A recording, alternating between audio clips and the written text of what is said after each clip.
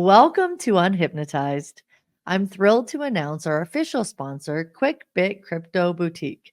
QuickBit is a Bitcoin first company specializing in hardware wallets, seed storage, education, and all things Bitcoin. I know a lot of you are concerned about the safety and security of self custody, as you should be. So, when buying a hardware wallet, it's important to buy from a manufacturer or an authorized reseller.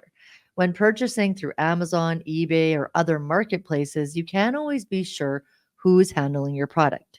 QuickBit is listed on the manufacturer's websites as an authorized reseller, and they handle the product directly and ship it in a verifiable, tamper proof bag. QuickBit's also owned by my good friend Dale, who actually orange pilled me, and he's a wonderful person to do business with. I highly recommend checking them out. These are real Bitcoiners running a real business. Welcome to the newest episode of Unhypnotized. I'm your host, Heather Keys, and today we have a fascinating guest that I have had the pleasure of meeting in person twice. So his name is Roger Huang, and he is the author of this book, Would Mao Hold Bitcoin, along with a contributor to Forbes and Bitcoin magazine. So welcome to the show, Roger. It's great to have you here. Thank you so much, Heather. It's been great meeting you in person, and it's great to be on the show. Thanks for having me. Yeah, sometimes I have people on the show that I've never met in person. So now in this digital era, it's like kind of a special thing. Like we got to see each other in person, and you are generally in Canada then? Or yeah, generally in Vancouver. Okay. So I think we saw each other learning Bitcoin, great event. And then I came out to the Calgary Bitcoin meetup, which much love to all the Calgary Bitcoiners. That was it was a really awesome event. Yeah, even after talking about that and thinking about that, I found it so helpful to hear from you as you unpacked everything going on in China, because even as I was reading the book, I sometimes just felt like, wow, like this is just like a whole nother world that I had no idea about. And so that's why I thought it would be good to bring you on the show too, not just to unpack the book, but just to unpack and kind of simplify some of these really big concepts, not just in Bitcoin, but just in the global economic, political, socio, landscape that it seems like from listening to you talk on other podcasts too, you've got some really good information, but also views and clarity to provide for people. And so I guess my first question is just like, what inspired you to write this book? Yeah, I've been writing about Bitcoin since 2014. And so I started getting into it because I write about things to learn about things.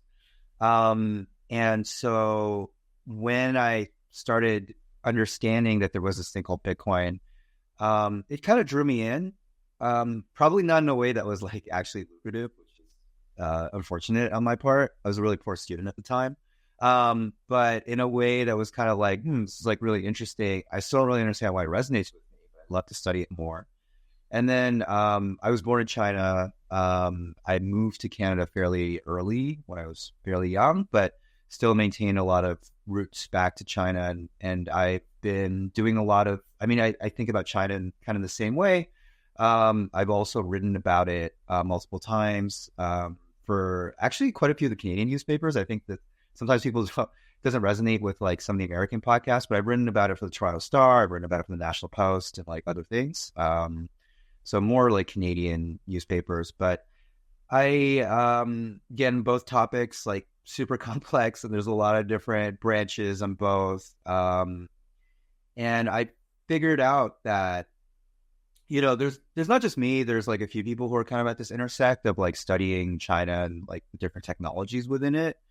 But I thought it was unique because I'd spent a lot of time studying Bitcoin and a lot of time studying China in different forums.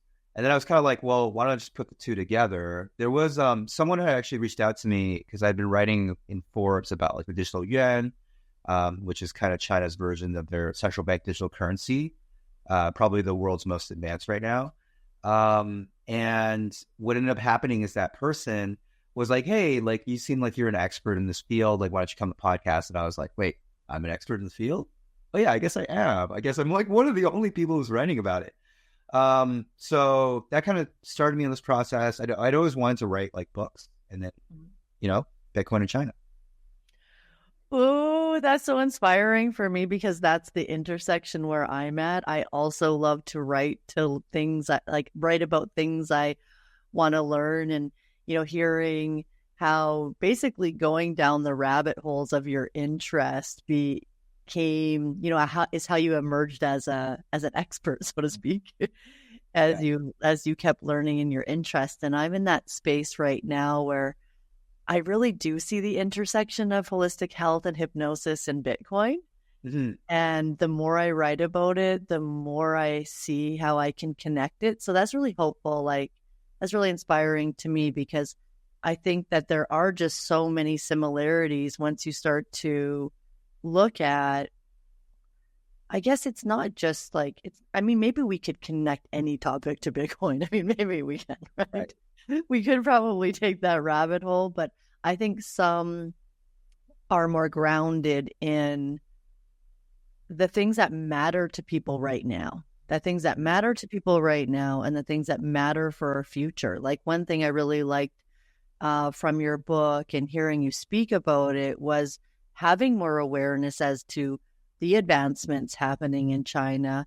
And in some aspects, it made me feel good because, like, our Canadian government is just not that technologically advanced. Right. Like, kind of good, right? And then in some ways, it gave me knowledge of just what to be cautious for that could be coming our way. Yeah. I think you unpack like two threads that are really interesting, like Bitcoin and holistic health.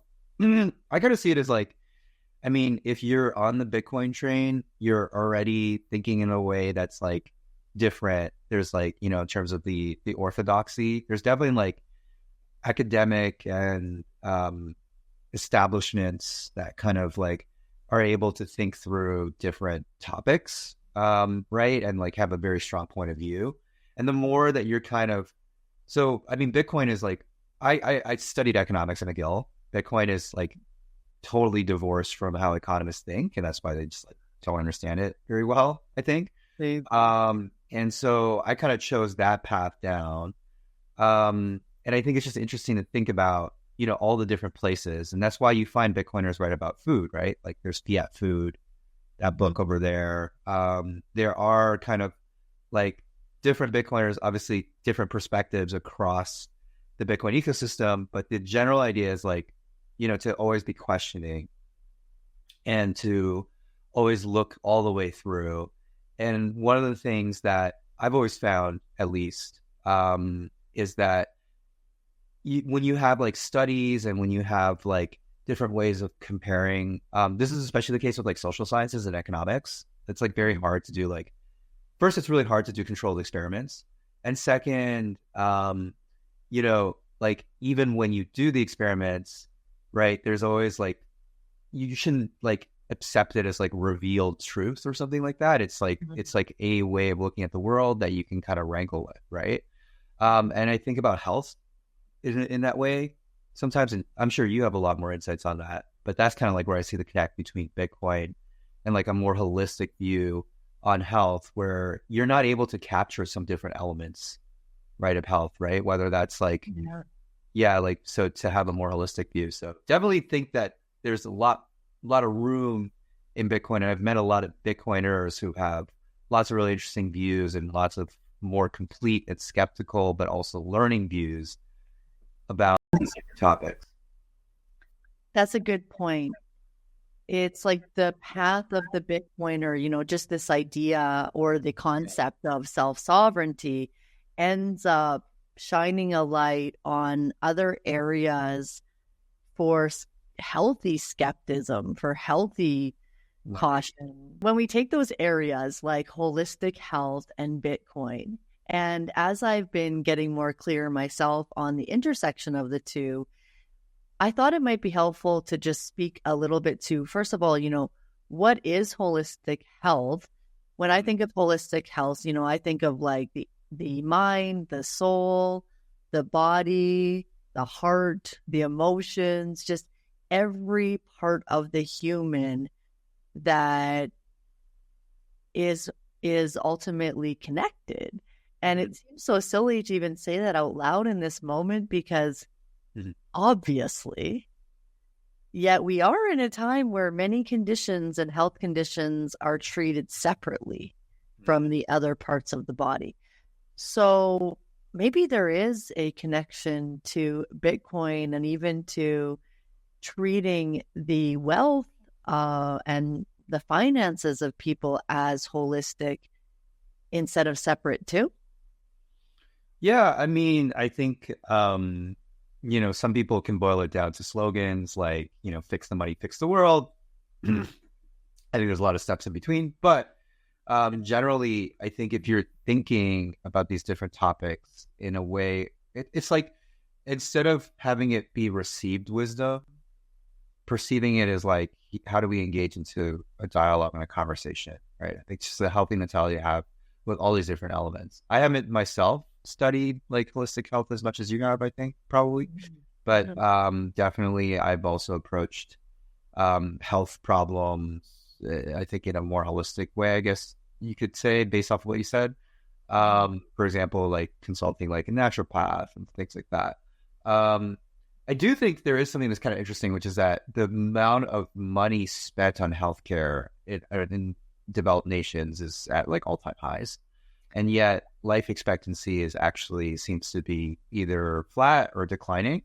There seems to be something, I'm going a little bit above my skis here as like the author of a book on Bitcoin in China, but I think it is interesting to think about how health outcomes are getting like worse or are equal, even though there's been more and more resources spent on it. And it's like, how does that work out? That's actually a good point. I wrote a note the other day that RFK Jr. was saying about how like 60% of Americans have chronic health conditions.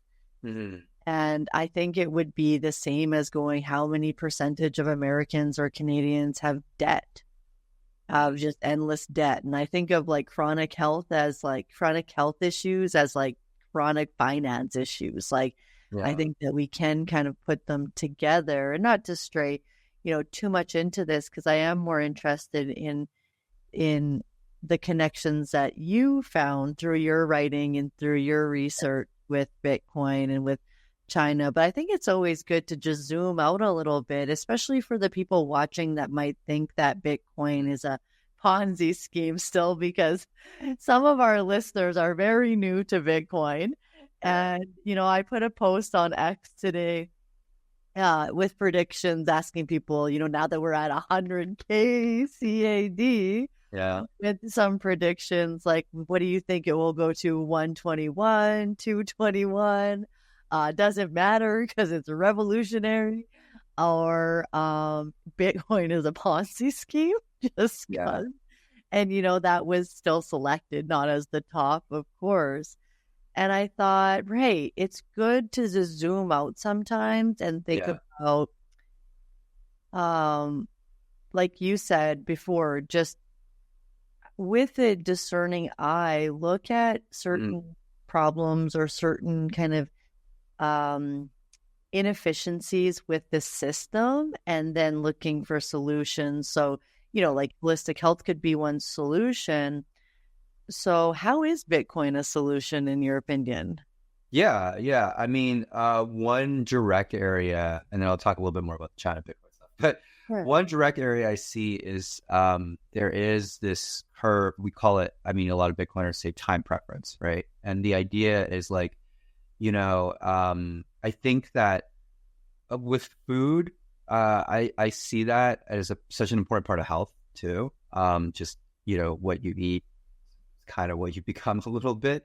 And I feel like it's not like Bitcoin will solve the problem of food distribution, but what will happen is I think like right now the food system is very inclined to like industrial subsidies, what is easy to produce and what is easy to sell and what is easy to sell now. I think that Bitcoin kind of has this interesting property of like, if you can hold savings in a way that doesn't erode, right? You can stand for the quality of, your output. You can stand for the quality of your savings. You can stand for the quality of the food and the energy that kind of powers that as well. So I do think about that in terms of the link, but just kind of like even more so, it's kind of like there's this mentality to, in order to create a modern economy, you have to get people to consume and to spend right now.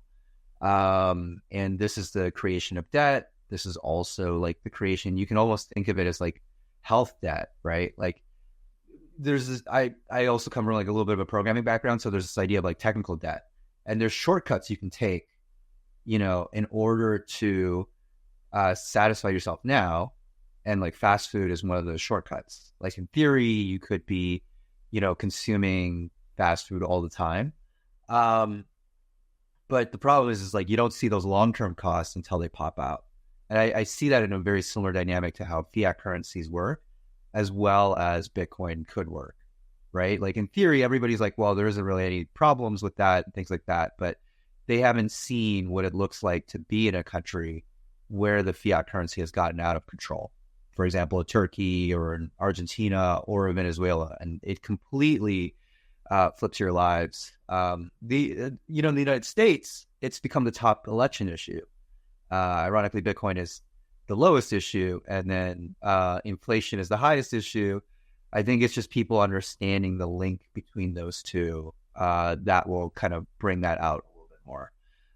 But a little bit earlier on, Heather, you had mentioned, you asked a little bit like, well, China, Bitcoin, kind of like a blind spot. And I hear that a lot. I've been on quite a few different podcasts, and probably you've gotten my spiciest take on holistic health. I definitely haven't commented on holistic health or health at all anywhere else. So hopefully that's a little bit unique. But to go back to my stub speech, though, when it comes to Bitcoin in China, I think that's kind of like, there's two things with it, right? Like one is just like kind of like what you mentioned. I hope to be able to introduce, I kind of like three goals with the book. Like one is to introduce kind of this like mysterious thing that like this blind spot that I thought a lot of Bitcoiners in the, I guess you could say Western dialogue have, right? It's just like, there's so many people using Bitcoin that, or using stable coins or whatever the case might be, that like just, you don't even really know how they think because they're talking a different language and they're talking different platforms. So I wanted to bring that back. I wanted to, also kind of understand it a little bit more myself. And then the third thing was I actually wanted to try to connect Chinese Bitcoin people, very, very small community, to the broader world. And I think I'm seeing like kernels of all three. But to talk about the first, I mean, China is kind of like a great example for two reasons. One, it's got a very sophisticated technological surveillance state. So what I've always said is, if you think about cybersecurity, there's like a blue team and a red team. So the way it works is like red team kind of goes in there, is trying all these different things to try to get your weaknesses out, right? And China, in terms of countries, is definitely a country that is trying to, has the power to, and also is trying to kind of subvert Bitcoin in different ways, whether that's like kind of bans that we can talk about. For example, many of the provinces in China have banned Bitcoin mining. And so a lot of Bitcoin miners have left China, for example. Or by, just trying to create its own central bank digital currency as kind of like an alternative for other countries. So instead of people embracing Bitcoin, the idea would be like, well, why don't you embrace your own kind of flavor of central bank digital currency, your own flavor of like control. And so that's kind of like one thing from the Chinese perspective. But then also, yeah, just like you mentioned, it's always good to kind of correct these different blind spots. Well, and just to see how that could be very convincing to people like, oh, you don't need Bitcoin. We'll just make our own currency and we'll give you a digital currency that you can use and it's even better than Bitcoin. And maybe people feel somewhat like safer using like the government currency, no?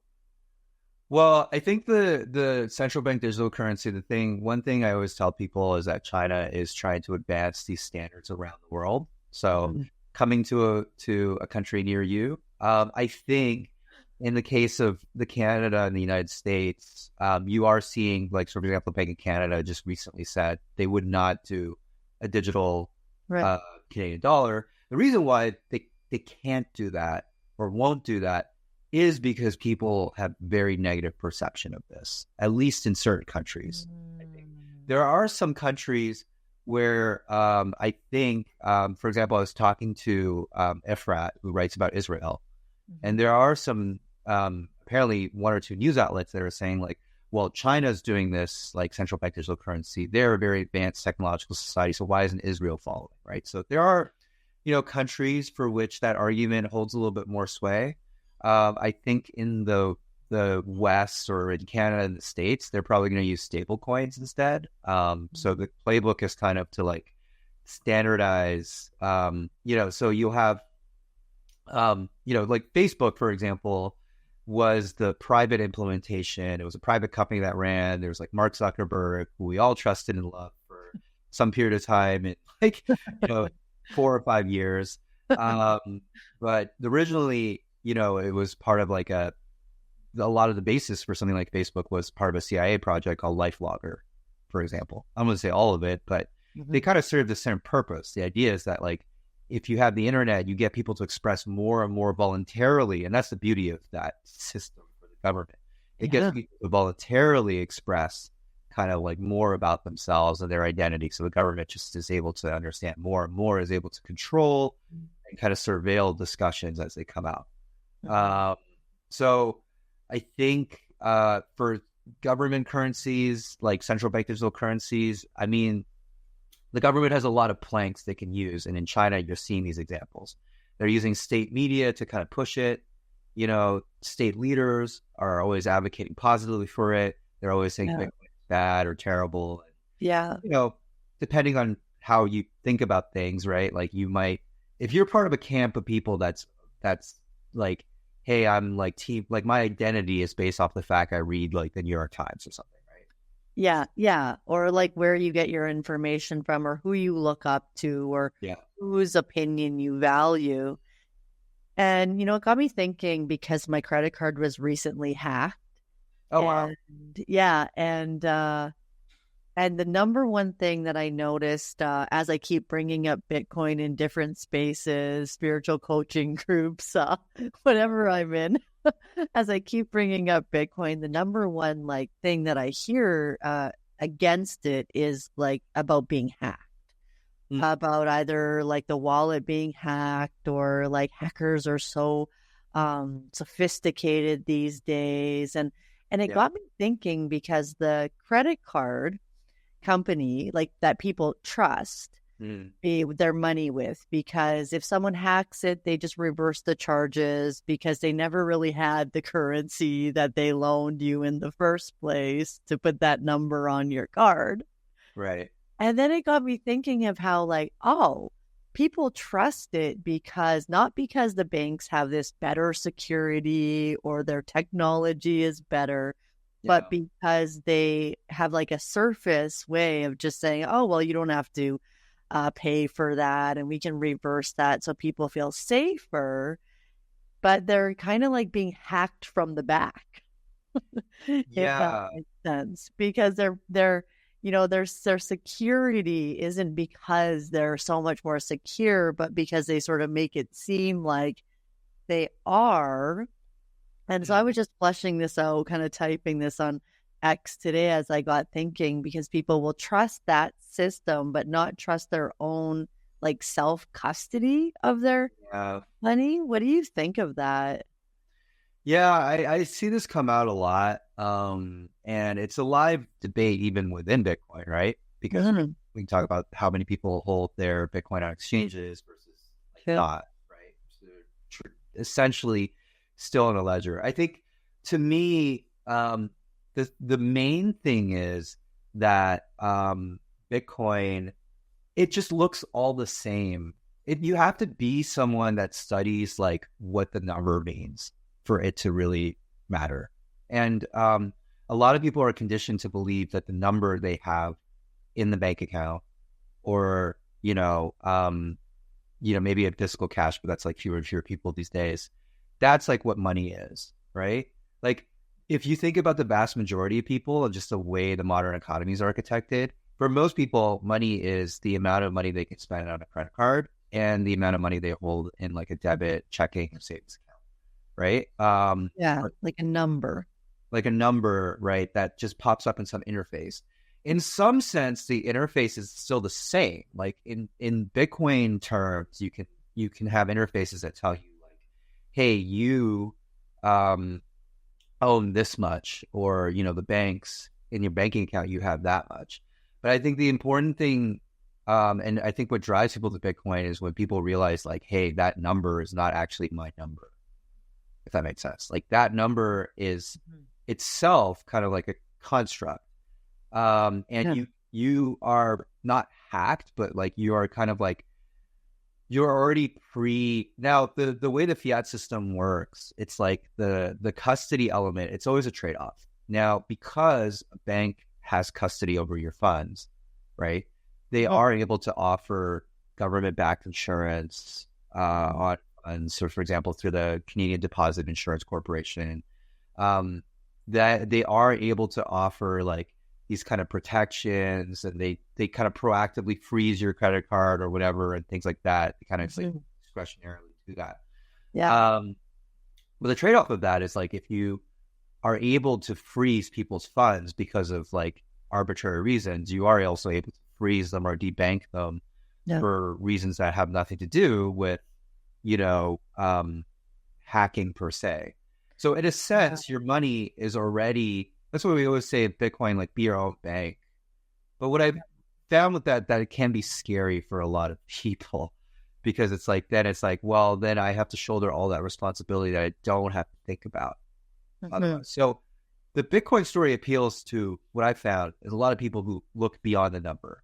Because like at the end of the day, I can create an interface that looks like, or someone can create an interface that basically looks like a bank account that shows you how much you owe in Bitcoin. It can be denominated like whatever fiat currency, if that's what you desire. It can just say like, this is what you own. But then the problem with that is that even though they look the same, they're so different in ways that you have to like study beyond the number. And specifically, like I kind of like the way you put it, like it's kind of like pre-hacked. So you are kind of like already giving away, it's not really yours, honestly. Yeah. What it really boils down to. Like you have a claim on a bank, and in other countries, like not necessarily Canada, I'm not saying like Canada's got like its own specific situation with the oligopoly of banks, and there's only like certain banks are registered and things like that. If a bank failed, it would be like a really big deal in Canada. But in other countries, there have been bank failures. In China, for example, people have lost their funds, and that's when it becomes really real, right? You saw also with Silicon Valley Bank and stuff. So it can and does happen with like even much larger banks as well. True. When I was in Argentina, the second time I lived in Argentina in like the early 2000s, that was right after, they had the U.S. and Argentinian peso pegged the same, and that was just destined for destruction. Yeah. And then when the U.S. banks pulled out, and just seeing all of the banks closed down with like graffiti on it, and then spending time, in the Argentina of the people. I wasn't a tourist. I was married to an Argentinian at the time. Wow. And and just, that's something that even though it took me a little bit to get to Bitcoin made a lot of sense because of what I'd witnessed in Argentina around 2005 and that collapse, and the way that, they went from that false economy to people literally just like not having any access to the funds that were theirs in their bank account. And so I think that is always helpful to speak about, even if that's not, say, like you said, like a bank closing in Canada, would also cause a big stir, but just recognizing that there is a trade-off to that custody, that Yeah. custody. Well, in Canada, there's two types of theft that are happening, right? Like Yeah. one is slow and subtle. It just hasn't gotten quick enough for people to realize, which is that if you're holding your money in Canadian dollars anyways, it's always declining in value. Yeah. There is always more Canadian dollars that are going to be available, and there always will be, just the way things are set. Like the way the government has pledged to, fund certain programs and different things like that. There is not really a way around that. Like there will be more Canadian dollars. It's just always being debased. So you always have that in terms of like pre-hacking. But then there's also the more subtle thing, which is like even the system itself, you don't actually own your funds. So your funds are declining. They're being stolen in a very subtle way, which is inflation. Now, that doesn't become important until people realize it in a meaningfully psychological way. And I think that is what happened for most Canadians between 2022 and 2024, I would say, because then you went and you're like, it became so obvious that the average person could reason with it because people are, used to price levels, I think, and price anchors. So when you go to Costco and you're like, oh, well, I'm spending double what I used to spend and I'm getting the exact same thing, then it becomes very, very real to a lot of different people. That's when you start seeing the political stuff. Heather, you're on mute. True. And you're not making more, you're just spending more. Yeah, Like you said, your money isn't double the value. It isn't double the value. You're paying double everything, right?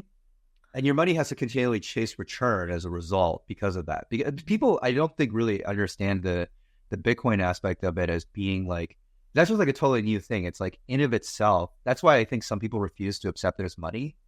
Because in theory, like I think people are so used to money debasing over a period of time because of the way that we've like constructed it, so that it's actually like kind of weird to think about.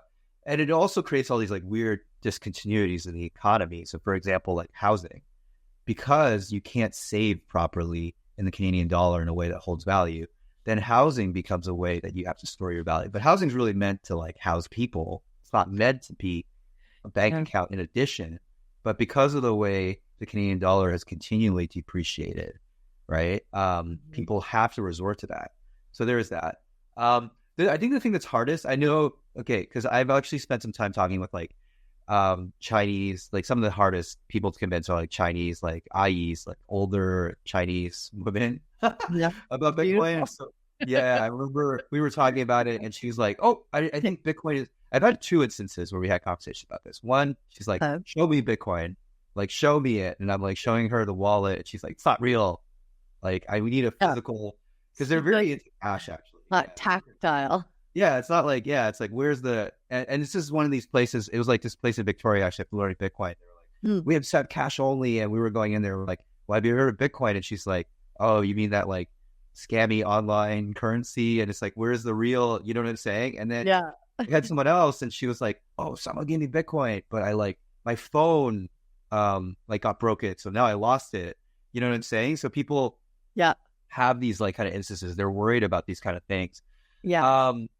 I think that's a very live debate in Bitcoin now, and there's like the trade-off there is like, even in Bitcoin there is that discussion.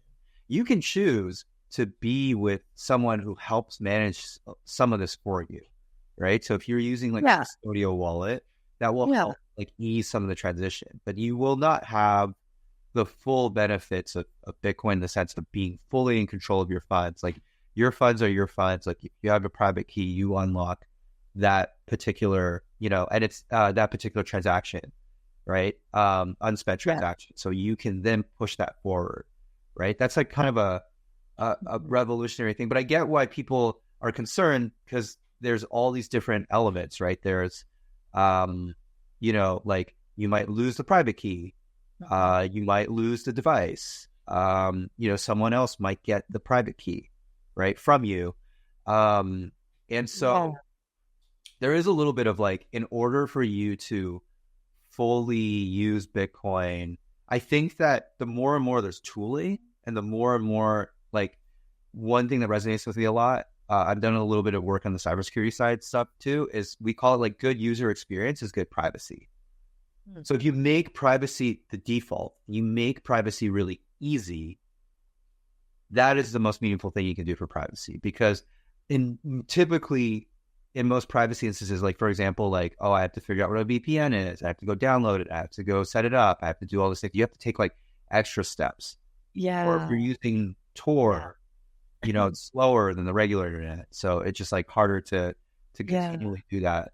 Yeah, because if we put all of these obstacles in people's way, or what people feel like is obstacles, even in my work with coaching and helping practitioners build their business, often tech is one of the things that does hold them back. And even software, just simple user-friendly software. And I think more and more people are, of course, getting used to using like a templated software. They're not coding, they can make their own website. Like when I was in university, we had to code a website to have a website. You can just download a template from WordPress. Yeah, no, I mean, tech is just, it's complex and it's scary for a lot of people. And the more you bring to it, it does make it more scary. But I think the thing is that that's really hard to convey. And this is where examples like China can help. Because in China, I was talking with Will, who created Thomas, right? And in China, there's very strong incentives to learn how to get around that, because you literally don't have access to things. Like you don't have access to certain apps. Yeah. So that's why people in China are like very good with like understanding VPNs and stuff like that, right? Because it's not a nice to have, it's like a must have. It's just like it's the skill it's a survival skill. But I also think just being someone that has had that experience of also feeling hesitant and then learning from others, that you actually don't have to know that much. Like you don't have to become like you don't have to become like a computer genius or a coding programmer. And I think like sometimes that's a misconception too. Like it's pretty easy to self-custody, to be honest. And there's always, I think what's most important, where I feel the safest, is knowing that I have a community of people that really could help me if I needed to know something or figure something out or learn something, as well as the community online, where there's just so much information and support in the Bitcoin community. And that actually does lead me to one of the questions that the community asked me to ask you while we were talking, which is about Bitcoin. And how do you think that Bitcoin, like products, businesses, and startups could, succeed? And what would they need to know, like, for the next 5 years? Yeah, no, that's a really good question. And I think just to tie up one thing about the self-custody point, I do think some of that will happen, and it has happened in Canada before. You saw the pandemic and the trucker protests. So let's not also like undergloss that. That has happened in Canada. It could happen in Canada again. Yeah. And actually, I mean, just one more thing on that too, which is like, I've had CRA literally go and take all the money out of my bank account before. It's just like there's like it's already happening all the time.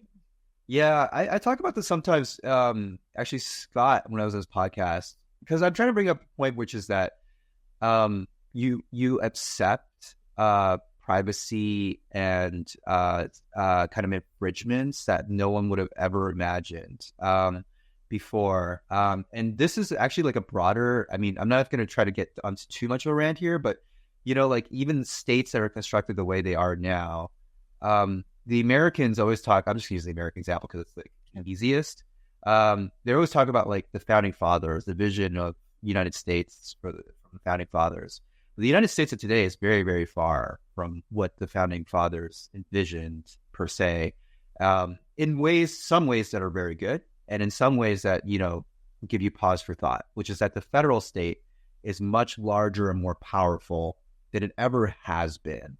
And that comes from a function of like, when the founding fathers first created the United States, it was very important that there be militias, almost like a decentralization of defense, and not a federal military. And now that's just like accepted as like, oh, well, of course the United States should have like a really strong military. And of course the United States should fight like a ton of wars abroad and all these other things. But these are not things. And similar to that, like when we talk about all the privacy, the KYC, AML, the like know your customer, anti-money laundering, the tax regulations and things like that. These are things that we are conditioned to accept as like the reality of living in a state. But actually, like in their time, they were all fought for and contended against.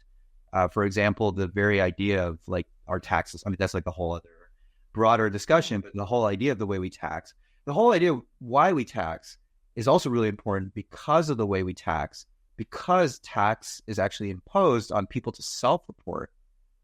This implies a level of financial surveillance and financial crimes that are like much broader than before. And one of the architects of one of the things that has come out of this is kind of like the Bank Secrecy Act, as well as anti-money laundering. This whole idea of like the United States and Canada and all these other countries have to understand everything about how people are sending money to each other. Yeah. In order to prevent anything that deviates from that. These are things that are very, very difficult constructs that like I think we just take for granted. And so people are like, well, China is very dystopian. And yes, it's very easy to paint China as very dystopian. But because it's like out there, it's obvious. It's so obvious, whereas ours is like this subtle programming, which, we talk about on this show of like what is becoming unhypnotized. Right. And what is the hypnosis? And, those subconscious ways that these things crept in to just become normalized. And there is that sense of hypnosis or like programming, even though if you really talk to people and from all over, whether doesn't even matter what area, what business they're in, especially small businesses or entrepreneurs, everyone knows at the core something isn't right. Right. And that's how I think of like this erosion of like programming that's like very subtle and subconscious, but like that we need to become unhypnotized to, in a sense. That's one thing I spent some time fighting too, because don't get me wrong, China's got a very advanced technological surveillance state, but we're almost conditioned to understand that as like, oh, this is creepy, this is bad, this is a dystopia. But then you turn around and you're like, well, let me describe to you a state, right? So there is a state in the world that literally surveils all internet communications and all financial transactions, and it's illegal for you not to report that. You have to pay a minimum of a tax no matter where you are in the world. So that means all your accounts, if you're a citizen in this country, all of your accounts are tracked, including your foreign accounts. If you fail to disclose that, you have to pay significant fees or you go to prison. What country is that? That's the United States. That's not or Canada or any of these other places. So it's like, but then you're like, oh, wait, this is just something I've been accepting for my whole life. But back to your question. I'll ask it again. I'll just ask it again because I'll just edit that part out because I love where that went. And I think that's a really important conversation. And I knew that we were going to tie, the hypnosis. And so, no, that's like a whole, that's something to unpack. But I think it's helpful just to even, open the door for people to see what have you just taken on as normal that maybe isn't really so good. And Bitcoin's definitely a way to start opening those doors. And so I think what I'll do is before I go to the Bitcoin products, I'll just ask you this question, which is, what does Bitcoin mean to you personally? Yeah, I think Bitcoin means a lot of things to me. It took me a while to get it. Like I mentioned before, I started studying it in 2014. I was always so fascinated by it. And I think the first thing it was for me is stateless money. And from the context of like where I came from, that's like very, very important. So born in China, the book also dives into a lot of the history. And so, Chinese people and people in the Chinese diaspora are very, very aware of like the power of government. I think Mao and the famines killed millions and millions and millions of people. So if you don't get that right, it's basically the leading cause of death of like humans. I think in the 20th century, for example, there's this term where it's basically like death by government was the largest cause of deaths around the world, and probably nowhere more than in China, where there was like just millions and millions of people because of mismanagement, political repression, and all these other things. So to me, first, Bitcoin is stateless money, and that's very important. And I think it's part of a set of tools. I do think Bitcoin is one tool among many. There's also tools like Nostr. I think there are tools to be invented still that can help imagine a world where, can humans collaborate together without necessarily needing, a political leadership that might go to war with each other, right? And so people have asked me, why would Mao hold Bitcoin? And I kind of respond, it's kind of a clickbait title, but I have started thinking about the book. Yes, as we raise it up. But I have started thinking about the book and the project and Bitcoin's role as like, can you Mao-proof a society? Because Mao was kind of like the ultimate expression of like, politics is everything. And I have total control. And I'm going to use, he always said, political power comes from the barrel of a gun. I'm going to use my control of the military and all these other things to enforce what I want people to do, enforcing prices and other things. So that's Bitcoin means that to me. Bitcoin is also a way I just like really don't like banks for a number of different reasons.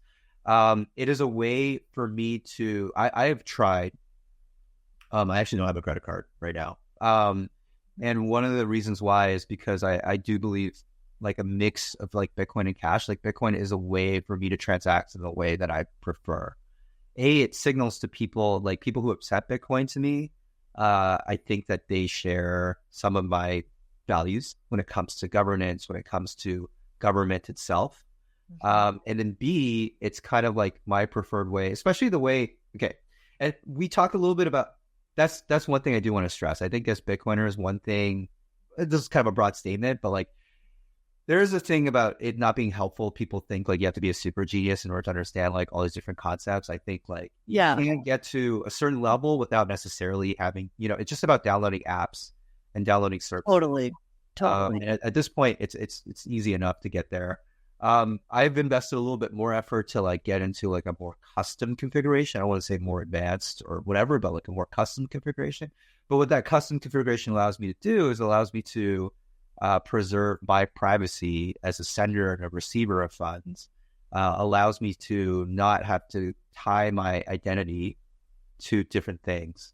I also worked in data, so like I kind of understand. Like you can really tie things together, and websites aren't very like responsible with like the way they like hold their data. And I think you've seen that in Bitcoin and outside of Bitcoin, and you see that in government. For example, I think China has like everyone's social security number and like all the other stuff. Like there's all these big hacks that kind of go out. So my old default assumption is like some period of time, if you're giving data about yourself that can be tied to you, Totally, that will be leaked. Probably at some point. There's this website actually, haveibeenpwned.com. Have I been what? Have I been pwned? PWNED.com. And I always tell people to go and like take a look because you can see like, oh, like based off of an email, if you've been using an email for like long enough, yeah, data has already been compromised. This, for sure, of which we know of. And the scary thing is if the ones we don't know of, which is like the ones we know of, they're like commercial hackers. It's like people who are selling stuff for money. It's very easy incentives. The ones we don't know of are governments. They probably are holding all this data on you. So anyways, Bitcoin allows me, is probably like my best chance of like not being part of that matrix. And then also like, it is a much more different way of thinking about economics, a way that aligns with my vision of, economics with, I mentioned the time preference thing. I love talking with people who are more into saving than they are into spending. Less conspicuous consumption and more conspicuous reflection. Yeah, that's something I think that is like, that's something that I think is really valuable in terms of like the unhypnotizing yourself from fiat. Like for me, I heard someone say, another Bitcoiner say, like, why would you spend fiat in that when like in the future you could buy three of those if you wanted? And just this idea that sort of planted in my mind of like, oh, it's like become cool to save again. Because and somewhere along the way, it sort of stopped being cool to save, like in society. Like it became cooler to like have the stuff now and this sort of instant gratification. And, as we get into again, there being value in saving, because I also understand how that happened. Like with the depreciation of our money, it doesn't make sense Exactly. to save.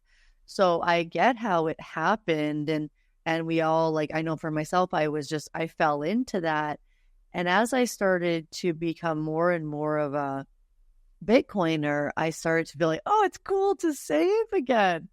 It really became cool to save again because like it's worth it, and you're creating legacy. I was already thinking of wealth as wealth and legacy, but it just didn't make sense to me. Even as I became better at having some stocks or doing investments, it still there was still like that fiat mindset that I'm still unprogramming from, because every day I see, oh, there's another layer of just something that I took on that I didn't even realize.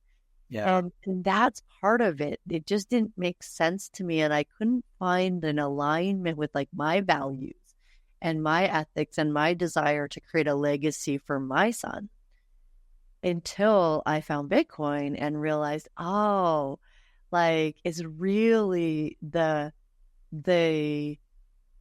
currency or the manner in which you're saving has to make sense to want to save. Yeah, and I mean it's also the counterculture. I think Bitcoin is a counterculture because like, True. in like what you see around, and what's funny is I think the United States is looking to something like China, because China has become kind of like a very consumerist society where almost like there's like pointlessness to life if you don't consume, and it's gotten to a point where like a lot of because I look at a lot of like Chinese analysts at different topics, and the big thing in China is like they figured out like live streaming social consumption. So like they have these big influencers that are like on a channel and they're telling you like buy this shirt. It's actually really funny to watch. I don't know if anybody's seen it. But I've they're seen literally it. like they unfold and fold things and they're like buy this thing, and they're like Yeah. on the street and people are on there and they're like buying a ton of things, and that's facilitated by like digital payments like Alipay and WeChat Pay. That's facilitated. That's like kind of the vision of a society where the culture is trying to make that cool. Ultimately, what it does is it gives the government like, oh, well, there's more GDP multipliers, there's more spend, there's more consumption. So therefore, like the amount of taxable revenue, the amount of tax base and everything grows underneath. At least that's kind of the thesis. I think in China, it's kind of not working because they made some mistakes about the demographics, specifically the one child rule. So I think they looked at short-term economics versus long-term demographics, which Yeah. economics Yeah. is like a whole different thing. But that's kind of like the cult where the culture's trying to lead people, I think, to a certain degree, or one form of culture. You see that Yeah. with Yeah. TikTok and other things. Yeah, definitely. I mean, I'm with you. That's counterculture is really what has always got Yeah. me creating. And even just being in the profession that I've been in, it was always counterculture to help people, become free from the thoughts or the beliefs or the even like the toxicity of the culture that isn't for the health and abundance of all people. And as we look to the future, right? Like as we look to the future and kind of think, like even myself, I started to have Bitcoin clients. I paid you in Bitcoin. I bought this jersey in Bitcoin. I really like to be part of the change, be part of the change, be part of the culture, grow my business. Plus, I know a lot of people that are also looking to, start either doing startups, have Bitcoin products, or want to move their business to a more Bitcoin centric model. And, this is the question that our community would like you to answer too, which is like, what should we know for the next 5 years in terms of like really having a bit centric business? Yeah. I mean, I think that question reflects on a lot of the themes that we're talking about. I think the first thing is that like, in order to be a successful Bitcoin product or Bitcoin service, you really have to meet people where they are. I think that's a thing that's been difficult for some Bitcoiners. I feel like this is just more out of like, writing in Forbes and writing in Bitcoin magazine. So I talk with a lot of different people who are building businesses in Bitcoin. I have a pretty good grasp of like the general space and providers. And what I've found is like, there's a lot more people competing, really, really smart people. This is why I also probably don't want to start a Bitcoin business, because I actually want to be in an industry where like everybody's really dumb and you're really smart. It's like kind of the opposite. Totally. Like everybody's really smart and they're chasing after like kind of the same problem. So that's actually super great for whoever ends up winning. But anyways, obviously we're all in it for like values and things like that. So I do think that there's some blind spots, like getting people paid in Bitcoin, I think is going to be much more important. Mm-hmm. It solves a lot of different problems. It solves, like, for example, like transaction fee issues. I know Scott with Block Rewards is looking into that space, and there's different other solutions like Bitwage and stuff like that where people can get paid in Bitcoin. So I think that in order for Bitcoin products and services to succeed, they need to meet people where they are, but they also need to be like anchored to like how Bitcoin grows through its next stage, as more and more people are using it as kind of like, I think like a lot of people are using it as an investment product. I think Bitcoin has seen a lot of product market fit with just store of value.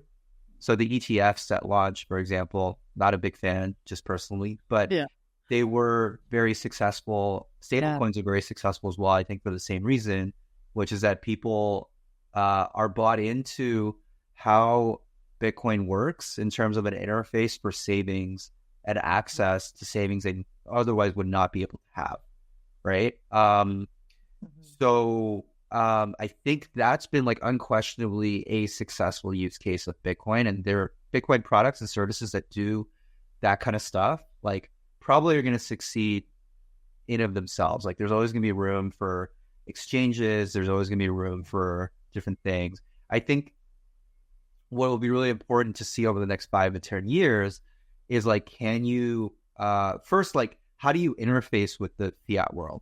That's, I think, been top of mind for a lot of different Bitcoin businesses. And I talk with different Bitcoin businesses, and each one is kind of like on their different spectrum with this, right? They're obviously not at a point where they're like refusing fiat payments. Yeah. Or they're not at a point where they're paying all of their employees in Bitcoin, for example. Mm-hmm. But there's like these steps, and you want to like kind of dog food your own product, right? So if you are a Bitcoin company, ideally you should be paying Bitcoin, right? Mm-hmm. And ideally you should be accepting payment in Bitcoin. So to give you a quick example, like companies like Start9, I think I have it on record. I forget exactly what number, but it's like 20 or 30%, or I forget exactly. But I would just look, if you look at my Forbes profile, I think there's like an article of like these businesses are getting a Bitcoin standard that has the exact number.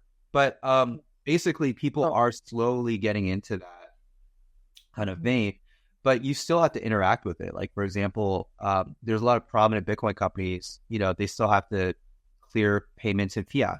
They still have to figure out how to accept fiat, right? And so depending on how you interface with that, that's going to be a really important metric of success. And I mean that in terms of like, if you're fundraising right now, you probably are still fundraising in fiat, right? True. Or if you, like there's a bunch of Bitcoin companies that are VC supported.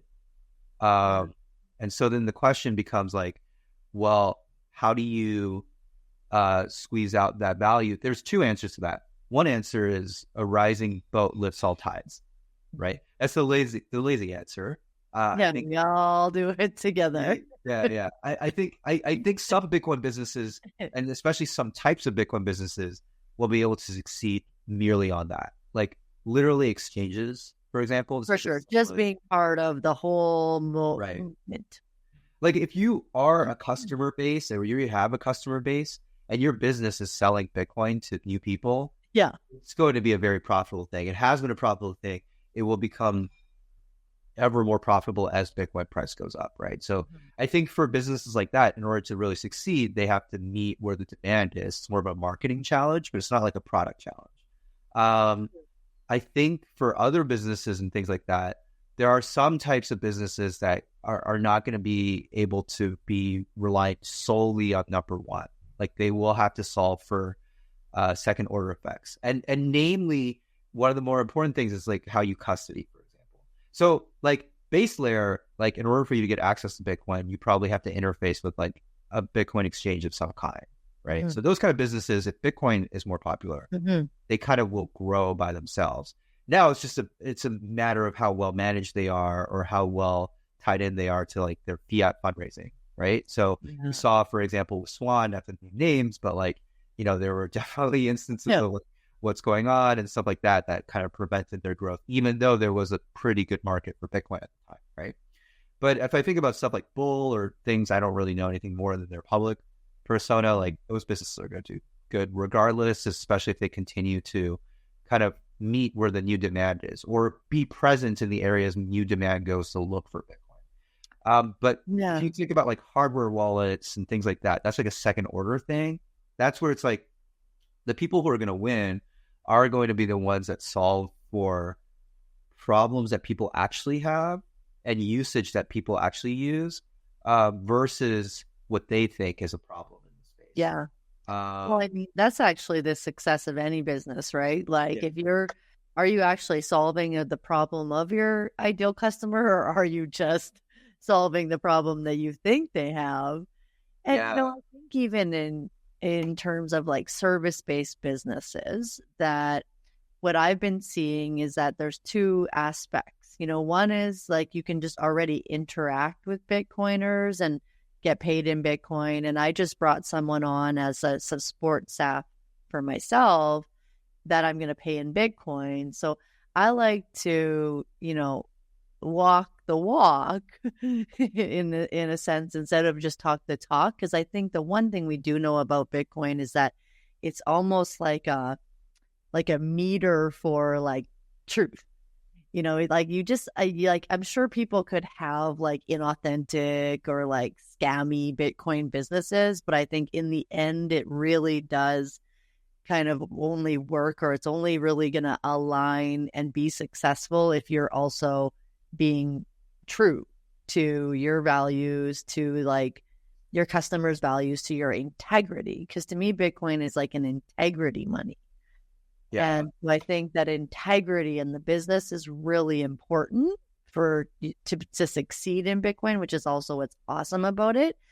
And then on the other side of like, say, the service-based business, I think that people also have to, like you said, meet people where they're at and ultimately like educate people on Bitcoin. Like for me, I'm educating my audience that have been into holistic health and healing about Bitcoin so that they will be eventually set up to then pay for my services or pay other people in the space or other service-based businesses in Bitcoin. I think for the services stuff and what you're doing, that's like amazing. You know, in Vancouver, we have people who are already creating value, right? They're creating value. They have values and integrity. And so that's where Bitcoin and accepting Bitcoin and educating Bitcoin doing a great job of. I think like that will align really well for these kind of businesses. The one point I was trying to make with the like meeting people at is that I think it's very specifically to Bitcoin though, because a lot of Bitcoin, and that's actually part of the reason why I wrote the book, because a lot of Bitcoin users or people who buy Bitcoin are very different from the types of people who show up on Bitcoin Twitter and or who show up to the meetups. Actually, that's also been another thing. So I've spent a lot of time talking with people about how we don't actually know. Like, for example, there's tons of people who use Bitcoin ATMs, right? But who are these people and why are they using Bitcoin? Like, I don't think a lot of people actually know what they, I was in Mexico City and I was at the Bitcoin Embassy, and the Bitcoin Embassy is this like 2-level bar. And then in the middle is this Bitcoin ATM. It's a really fascinating voyeur experience because you see these random people come in and use the ATM. But then my thought is like, but why? And then it's definitely people I would never suspect of or would see going to like a Bitcoin meetup, maybe like as it's currently constructed now. So it really, to me, that's kind of like, yeah. And that was part of the reason why I wrote the book, because a lot of buyers and users of Bitcoin are actually Chinese or Asian. Or actually other immigrants, because like even that's how I got into Bitcoin. Like my friends or like people that I know or spend time with, like no one that I know with Bitcoin like goes to Bitcoin meetups or cares about the ethos. Like now, yeah, because I'm in this community. But before that, like, and even the people I know still that are like, you're right, that are buying Bitcoin are not in the community. So I think the people that will succeed, the businesses and services that will succeed, I mean, for what you're doing and as a service, you're already providing value and integrity and you're aligning with your audience. Like that's perfect for what you're doing. But you'll be doing that with or without Bitcoin. It just helps a lot that Bitcoin is around. I think for businesses and products and services that are built on Bitcoin, it's going to be the people who actually do the hard and ugly work of not talking to fellow Bitcoiners and us nerding out at BitDevs. I love BitDevs. I think it serves its own function. Totally. But actually doing the hard work of like, how do you get to that level of like, here are the actual people, here's like what they really need from it.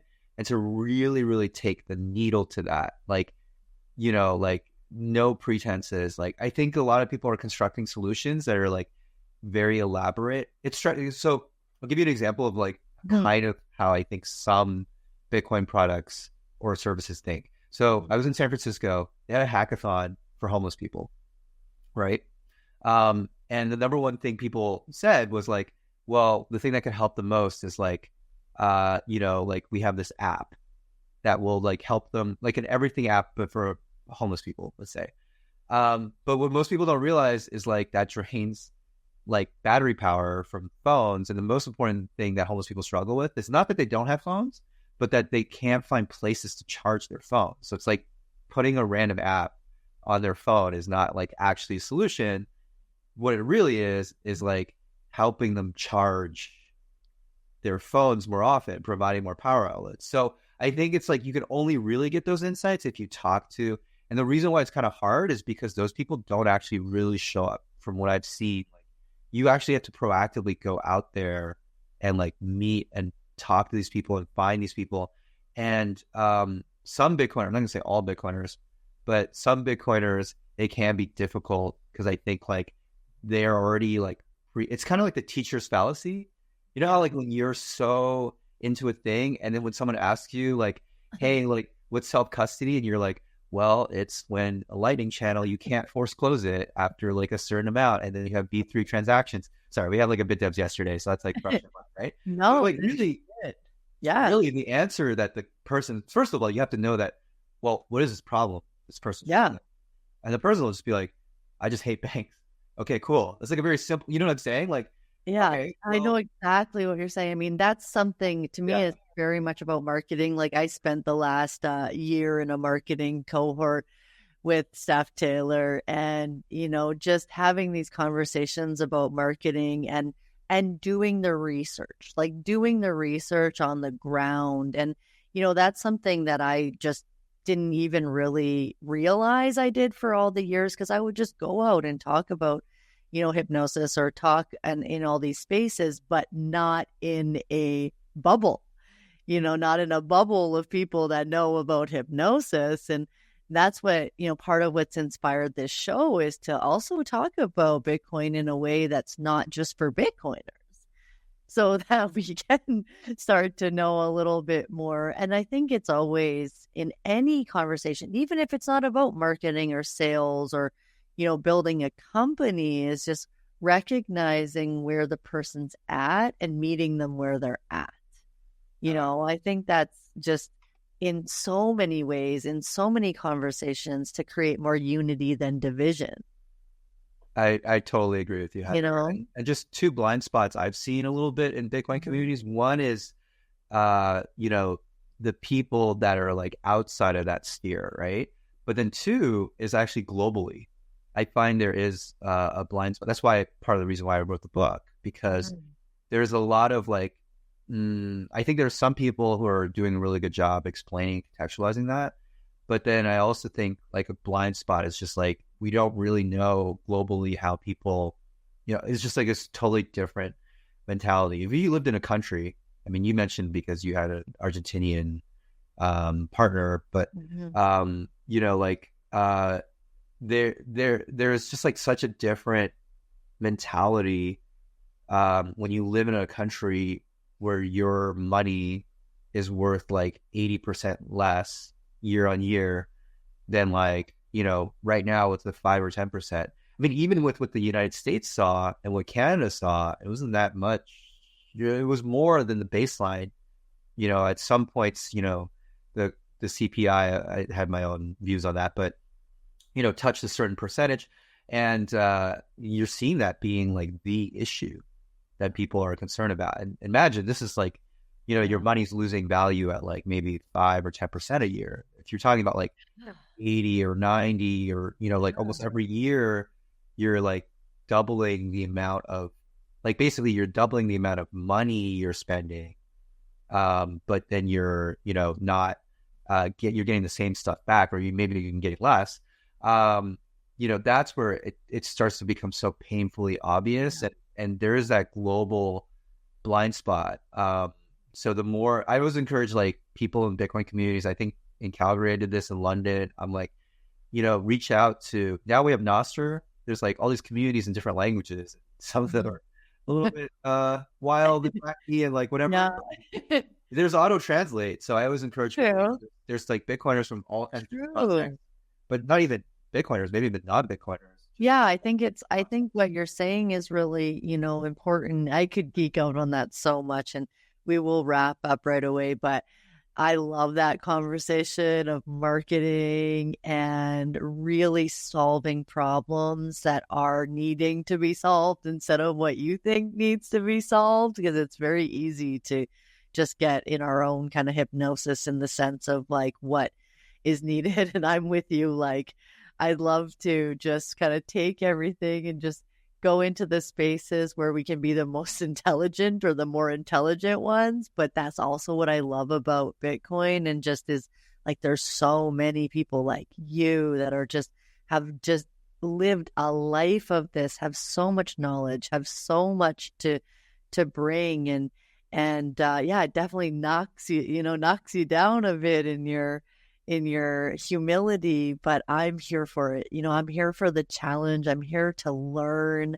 I'm here to just like get my ego shattered on a regular basis, like it has been. I mean, if I wasn't, I couldn't even put myself out here doing this, because I would just be too much of a newbie. So thank you so much for coming. Let's say, like, I mean, your knowledge and your wisdom is so appreciated, bringing to our people, coming on the show. Do you have any last thoughts, Roger, of what you'd like to say before we finish up? Heather, really appreciate this conversation. And like my last thoughts are just, I hope everybody here is curious. Everybody here is striving to learn. And yeah, we could all strive to be the dumbest person in the room. I think that would be a great thing for everyone to strive for. And yeah, I think Bitcoin encourages that learning lens and also that humility lens. And those are so important. Yeah, I love that. Actually, that's something that I think has been such a draw for me, because in my industry, I was really bored. Like, I was just feeling like there wasn't even really much for me to learn, unless I got sold into, this new technique or this thing that wasn't even necessary. And so I know that's been a draw for me. But I think what has softened the blow, in a sense, is that Bitcoiners are also really supportive of you, just like falling on your face and learning. Yeah, no, for sure. I mean, that's the other thing. Hopefully, is maybe a takeaway. Bitcoiners don't bite. I do find Bitcoiners are quite nice and accepting of people, despite, I don't know, the reputation of like the Bank of Canada saying we're all psychopaths or whatever. Yeah. So people definitely will support you through. So just, if people are listening, attend your local meetup, meet people like Heather. It's great meeting you in person, and build community.